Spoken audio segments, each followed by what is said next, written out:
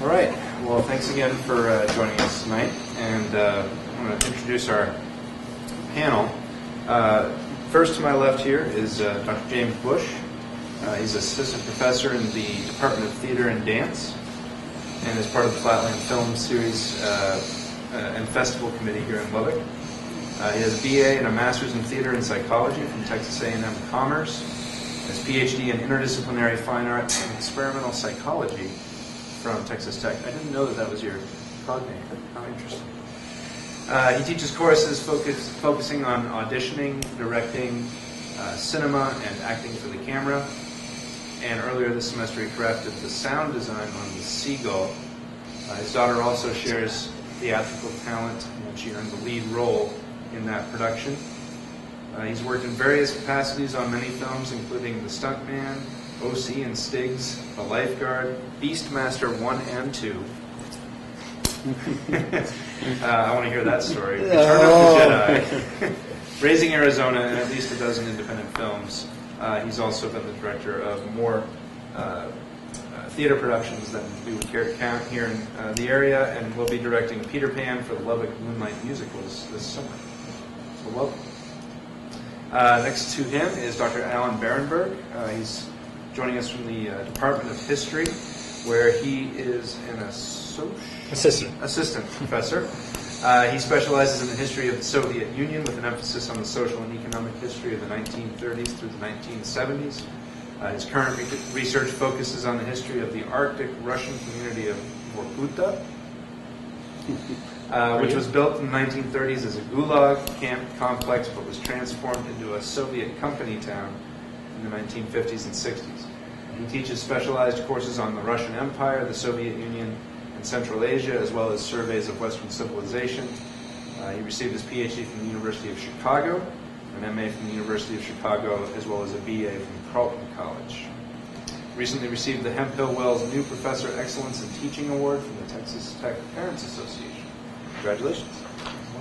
And then finally, next to Dr. Berenberg, Dr. Anthony Quaylen joins us from the Department of Classical and Modern Literature and Languages. And he is associate professor in that department. He teaches Russian literature after Stalin, Russian popular culture, Russophone literature of Central Asia and the Caucasus, an area of the world that has become more prevalent in American media of late, unfortunately. He teaches the Russian language courses at all levels of his creative writing. At all levels, and his creative writing interests are focused on pseudo-Buddhist parables, songs of protest, unwritten novels. Some of his awards include the President's Excellence in Teaching Award and the Mortar Board and Omicron Delta Kappa Outstanding Faculty Member. Welcome to Dr. Quaylen as well. Our general practice is to allow each of you 5 or 10 minutes to give us your impression of the film, and since you're closest to me, I'll let you start.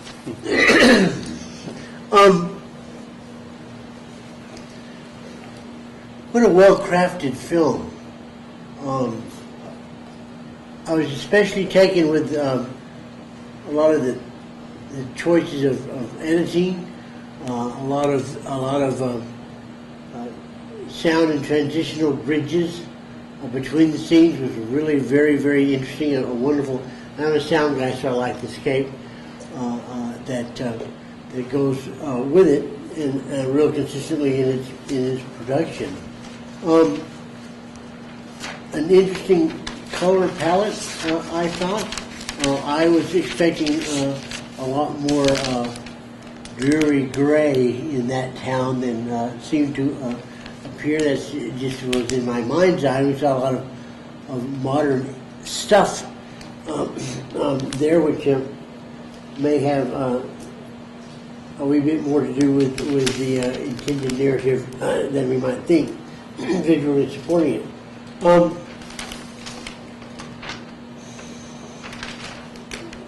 Not a lot of words so much in the narrative. It wasn't, dialogue, if you will, are just frills on the skirts of action, and action being character change.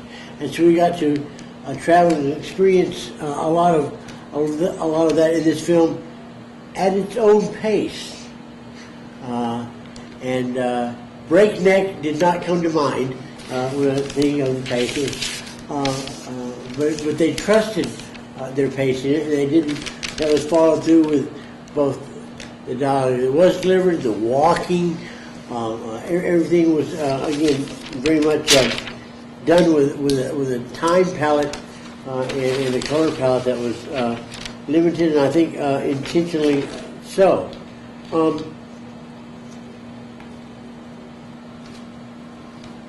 Narrative in it, story, kind of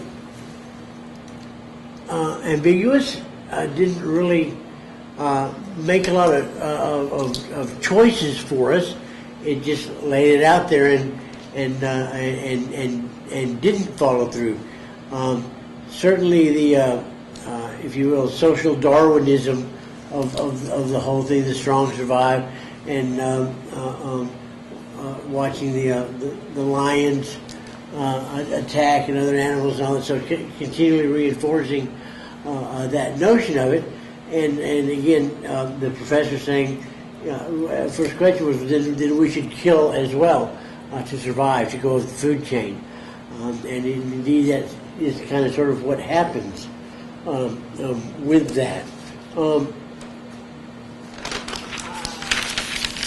The acting was pretty flat. I know that having read up, he uses non-professional or non-particularly trained actors, and some things that I read said that he kind of likes that because it gives him more of the auteur feel, and he is certainly author and auteur to this as opposed to just being a director itself.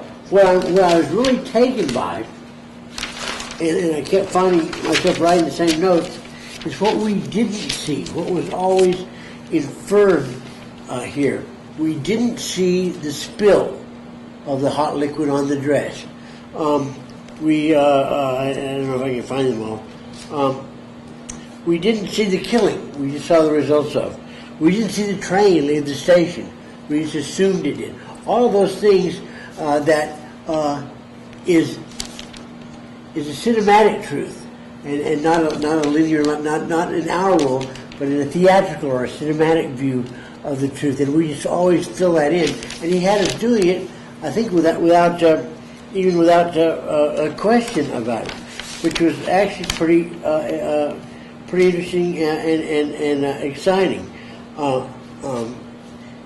and shows what a pretty wonderful hand in filmmaking with that.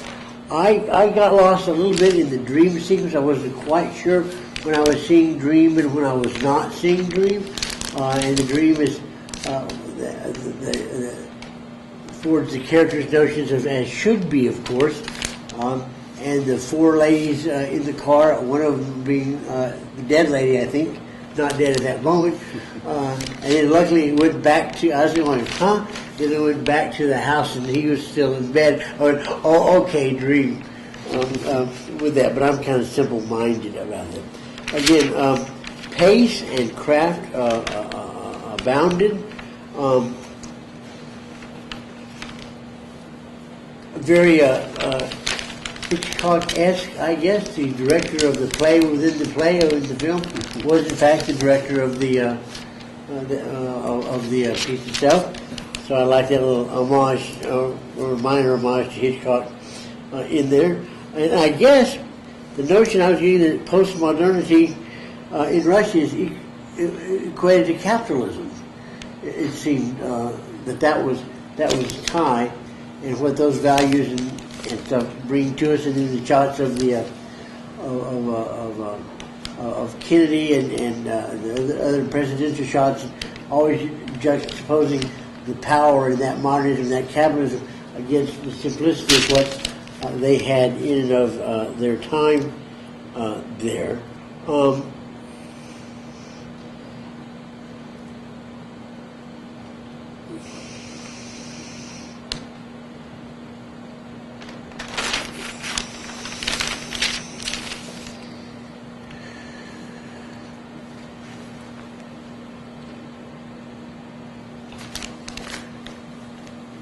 This is a filmmaker that I'd like to work with. I'd really like to watch his process. I think I wanted to like the film more than I did. But as someone involved in the process of filmmaking, I really liked it for all the stuff that wasn't there, and a lot of techniques and all the stuff that saw. I wasn't sure that I needed to be beat over the head with the messages that were there, and I would leave that to my more than esteemed colleagues to kind of comment on that. That's transition. All right. It's passing the old football. Well, shall I go next? I guess we should You're go there. forward. Yeah. Okay. Yeah. Well, I think that film is very much a film about post-Soviet life. That's very much. That's a very big theme. It's set in Almaty, which is the former capital of Kazakhstan, the largest city, the most Russian city of the major cities in Kazakhstan. And really, this film focuses on the kind of dualities of post-Soviet life, the binary oppositions, or the kind of contradictions. You've got the rundown older apartments and houses where they're living, the shiny new skyscrapers that they're passing by. You have the philosophy of one professor presenting the philosophy of it's all about making money. It's all about, we should applaud this. Capitalism is good. This is how we get ahead. And you have the other professor saying, that's not for us. We're different. We live out here in the steppe. We have a much more communal life. We're all about compassion.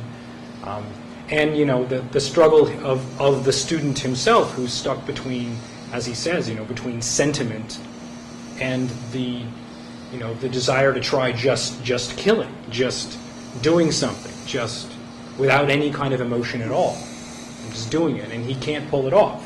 He can't. He's got too much sentiment. You have the poet character who dies, who's sort of stuck in this world where he's reading poetry, and on the television there's this horrible Russian pop music playing, the juxtaposition there. Even have the juxtaposition between Russian and Kazakh. I mean, that's something that really struck me the second time I watched the film, was that almost all of the film is in Russian. Tony, you might have noticed more, but the only characters I noticed speaking Kazakh were the poet, his mother, the student's mother, and then the young daughter who you see ending the film by looking at the camera. Those are the only, really. Also, the other two people in the cafe are in Kazakh. And when he goes in there doing the floors, two of them speak Russian, and then they tell the story that he tells about the murder to the other two in Kazakh, and then they say, "Oh, didn't know that." And the policeman. Okay. When he comes in. Yeah, right. When he comes to ask for directions. So there's this kind of, there's also that duality. I'm not entirely sure how I would read that, but that's certainly also there, and I think. And in the end, I think the film is an embrace of sentiment. It is an embrace of, it is a rejection of capitalism. It is an embrace of doing the right thing, of believing in poetry. And it ends very hopefully, right, with the daughter reading poetry in Kazakh, her father's poetry, to the camera, and then looking very sort of obviously very markedly at the audience in the same way that the student looked at the camera at the beginning of the film, more or less turning it over, I suppose, to the viewers to say, how are you going to live, in a sense? Are you going to live by sentiment, or are you going to live in this kind of dog-eat-dog capitalist world? And of course, there's also this all these layers of, and the fact that it's based on Crime and Punishment. I think it's a very good segue to turn it over to Dr. Quillen, who probably knows far more about Crime and Punishment than I can remember from when I read it 20 years ago. I wanted to just continue one of your thoughts about the poem at the end and how that was optimism. And of course, the poem was about spring, which is a new beginning. So there was a lot of optimism in that poem at the end. Since you segued with Crime and Punishment, I guess I wanted to like the film more, and I wanted to like that it was about crime and punishment, and I was kind of disappointed in the treatment of crime and punishment, because in Crime and Punishment, Raskolnikov's sister and then Sonia are much more developed characters, and they're much more in distress, and his crime is for them. And then the woman that he kills is much more repugnant than the shopkeeper, whose only crime that I could see was not giving a woman a thing of oil on credit. So that idea, whereas Raskolnikov, he's killing somebody bad to do something good, and there's kind of some tension there. And Dostoevsky, in my opinion, kind of backs away from that a little bit by having Raskolnikov kill the moneylender's sister, and has an innocent victim in there as well, and kind of lessens the tension a little bit. And of course that happens in the film with the woman who walks in. But the tension's hardly there at all in the film. I like that you mentioned that you don't see a lot of the things. And in a way that was a little bit disappointing in the murder scene, because that's such a powerful scene in Dostoevsky. On the other hand, the fact that Kazakhs generally tend to have, educated Kazakhs tend to have a strong Russian education, they would know Crime and Punishment. So they're filling in a lot of these blanks themselves. And a lot of things that we're saying, why isn't that in the film? They're saying the same thing, and they're putting it in the film in their heads and comparing it. So I think maybe it's not as bad a lack as it seems at first glance. You mentioned being surprised at the beauty of Almaty, and I think that's the response most people have to it. It was always seen as kind of an exceptional Soviet city, as well. There's a beautiful city in the Soviet Union. It's not just great, and people always talk about Almaty that way. So you're not the first person to be surprised. And I think that the filmmaker did a great job of capturing the beauty of Almaty in different seasons from different angles. So I think that was nice. One element I found pretty true to Crime and Punishment was his room. His room is exactly how I picture Raskolnikov's room. And then the yellow curtains are a nice touch. Yellow in Russian literature often reflects madness, and so it's his state of mind, and it was, I thought, a very nice touch. This yellow's right in the first shots, too. Mm-hmm. Some of you both mentioned modernism being capitalism, being globalism, and I think the film took some pretty strong issues with globalism and with capitalism. And I thought the juxtaposition of the two professors was interesting. The capitalist professor, fairly superficial. I can't imagine a professor saying that anywhere in such stark, stereotypical terms. Not even here. And of course, his friend Marat coming up with, well, then can we just go kill our opponents? A little maybe over the top there in that scene. The other scene, I think, is a little bit more interesting with the other professor. And there's a little tiny bit of Kazakh in there when he gives the Kazakh proverb, which I don't understand at all. My soul is the enemy of my conscience, and my conscience is the enemy of my soul. If anyone understood that, the crowd wants to explain that to me. I've got no idea what it means. But it was very interesting the way that he laid it out. It was kind of a capsulization of this Eurasianist political point of view that's come out in Russia and Kazakhstan and parts of the former Soviet Union, where, some things work in England and America and the Atlantic parts of Europe because they move around on the water and they've got this one point of view, but we live on the plains and we're landlocked and we live in continental climates, and we have a different, more communal point of view, and it almost kind of brings back the dichotomy of the Cold War and the hostility between the point of view of the Atlantic powers and the Eurasian powers. It was interesting that he brought that up in such a kind of naked form. And he quotes Lao Tzu to do it. Yes. But yeah, not really the essence of Laozi's philosophy, just one little anti-capitalist quote. But it is all very interesting. So back to the, I don't want to talk too long because I know everyone probably wants to be moving on soon. But the one last thing that I found interesting is the switch from the main character's focus in killing, from helping the women, the young women, to helping this poet get published. It's a very different thing. And I guess it's almost a nationalist type thing. Poetry is so important to the Kazakhs, and that the poetry is in Kazakh is important. And the juxtaposition with the Russian pop song, and this is corny globalist culture, and this is true, real culture. Couldn't be clearer. And then they have that one little scene when the TV's on, and they got scenes, black and white scenes from the Kazakh past. And I don't know if you can see, but the nomadic lifestyle and a lot of the things from the past that they were kind of playing up. And that's before he goes out, and the woman that he kills takes away all the women in his life, right? It takes away his mother, takes away his sister, takes away Sanya, right? Takes away, and basically that's the price he paid for committing the murder, right? He loses these women from his life. So I think that was an interesting scene. Instead of doing it for them, he actually does it to lose them while he's doing it for the poetry. One other thing, I don't know, you said you weren't following the dreams in that, and I noticed that a review on the internet missed that the dead horse, which is actually a mule in this one, that's a dream as well. That's him as a boy.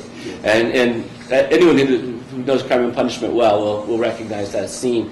That's the most disappointing part, because it's a very powerful scene in the novel. A lot of people get involved, not just the guy who owns the horse and beating the horse to death. And in the film, it's just, I guess we better have the beating to death scene. Let's put it in there. And the car just drives away afterwards. Mm-hmm. No problem. It wasn't stuck at all.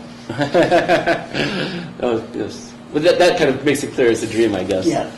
So I guess I'll move it to question and answer time now. I thought most people carry baseball bats, not golf clubs, in their Range Rovers. The golf clubs. Such Yeah, it's interesting that organized crime in Russia and Kazakhstan, these things that are sporting equipment in the States are beating equipment in those countries. So baseball bats, you don't. If someone over there asks you to import baseball bats, they're probably not going to ask for gloves and balls and things like that. And if you have a driver, you probably don't need the whole set of clubs. You've got the one club you need. I kind of found it a crime and lack of punishment. I mean, there's no punishment at all until he turns himself in, and he goes into the station, and he goes back out of the station, and he goes back into the station. You see Sanya, and she makes him go back. Because that moment. That's the major lack, really, of crime and punishment. It's about repentance and redemption and finding yourself through repentance. And there's none of that there. We don't see any of it in the current. Yeah, it was hard to even fill that part in knowing it. Right. That's a huge lack as far as the crime and punishment. Absolutely. Any questions? I'll ask about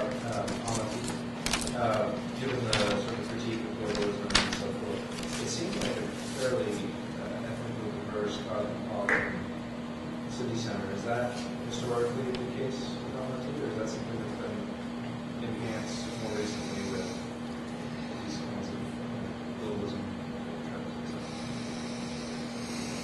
trends? Do you want? Well, I mean, it's always been a cosmopolitan city. It's always had a huge Russian presence. In that sense, I mean, it was very much an imperial city, but in the sense that it had all different, it had all the different peoples of the empire more or less meeting there. Now it has a kind of new element of globalization, of cosmopolitanism brought in by oil money and all of these other things. But it's very much a different city from the actual capital now, Astana, which which from all I read about it is I'd love to go there. It's one of the most bizarre places on earth because they built all this crazy new architecture and amazing kind of glass skyscrapers, but just very like a giant glass yurts and all this like crazy postmodernist architecture. Dubai-esque sort of Yeah, stuff, but Dubai kind of Kazakh style, but very much in a Kazakh style. And the Kazakhs have far less money than True.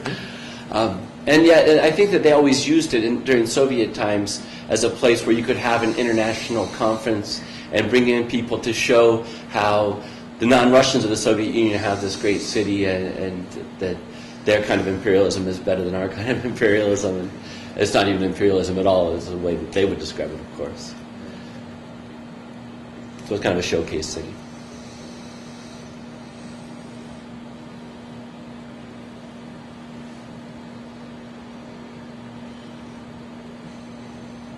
I thought it was interesting that the title made it clear that it was an adaptation or something.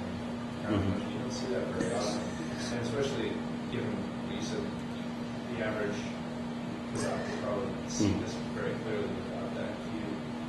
It's just an interesting choice.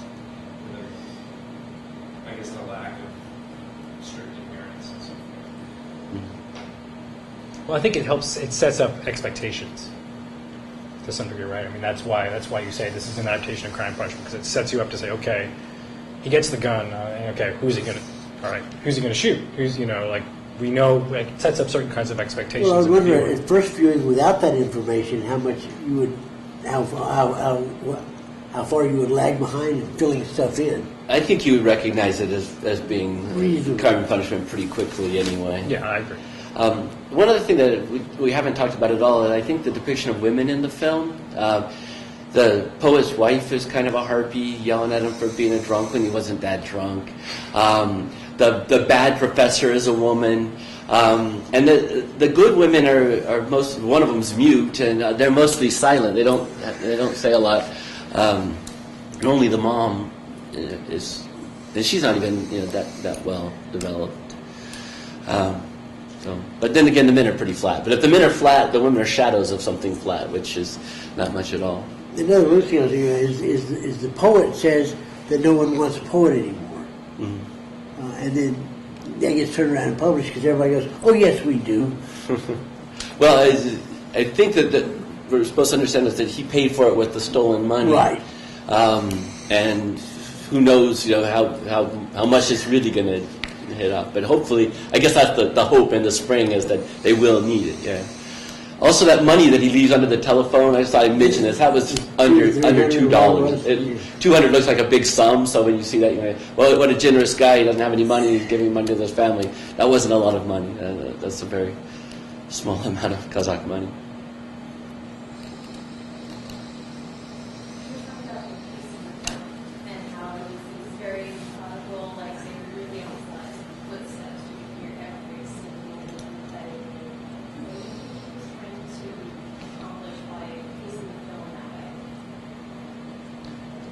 I couldn't hear. What was he trying to accomplish by pacing the film so slowly and deliberately? I think he gathered us into the fabric of the people. I thought I got a feeling of the pace that he was trying to do of the culture, the people that were within it. That it wasn't a giant. It was cinematic storytelling. It wasn't cause and effect in there, and so he went at the pace of feeling. I think more than a direct perception of it, and so I got involved and invested with the characters' internal journeys and their internal pace for that, rather than a click kind of track thing to it. I think in the beginning he kind of set it up when he talks about when he's playing himself but his anti-self, right? He's making a film that insults young people's intelligence, and you figure that's going to be fast-paced action film, and he says, I'm not doing that, or that he turns out to not do that. He does quite the opposite, and it's almost the same juxtaposition as you have the poem and the pop song. He's saying, I'm not giving you a pop song, this film is a poem, and it's going to unfold like a poem. And how do you, I think it's a way to, it's an attempt to, how do you get into Raskolnikov's tortured soul? I mean, how do you express that kind of existential dread and agony that he is feeling? Now, I'm not entirely sure that pace worked to really, but it's a problem. I mean, how do you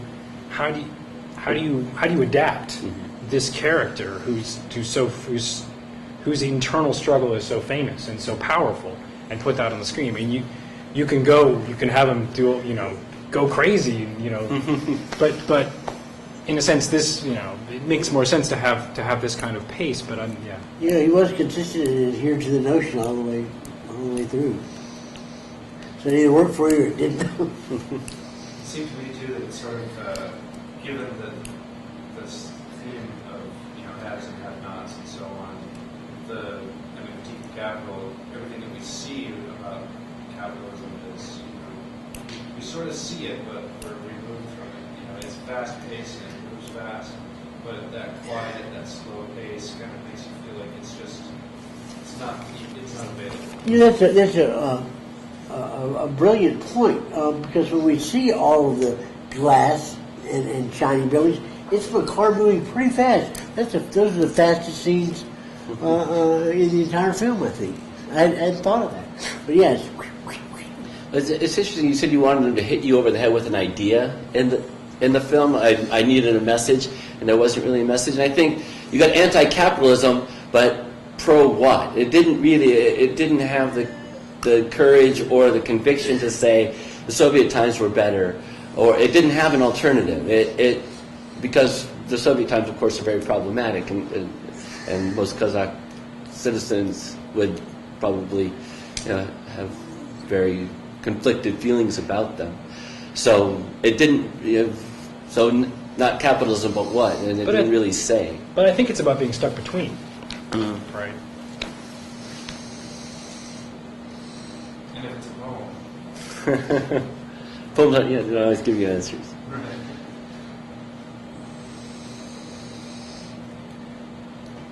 Any other questions or comments? When he goes in and kills the shop owner, there's the little boy in the bike who's wearing the same checkered shirt that he was wearing as himself as a boy in the dream, and same bike, so it's kind of like he's going to kill someone. And his boyhood goes away. That's a great observation. I didn't notice that the shirt was the same. Of course, the bike's not the same, which is interesting because it's a modern bike. I think it was even a Schwinn. And the old one was like a Soviet bike, and so that kind of helps you place it as back in time. You can see that it was, when he's having the dream, the car was an anachronism in the water there. Everything else was more Right. Soviet style. It's interesting, too, that it was That's a good catch, Justice. about the cutting edge of modern technology car that got stuck. I mean, that's made to not be there. And they're getting pulled by the oldest technology. Yeah, exactly. And then killing the old technology magically. Sorry? And then killing the older technology magically. Yeah.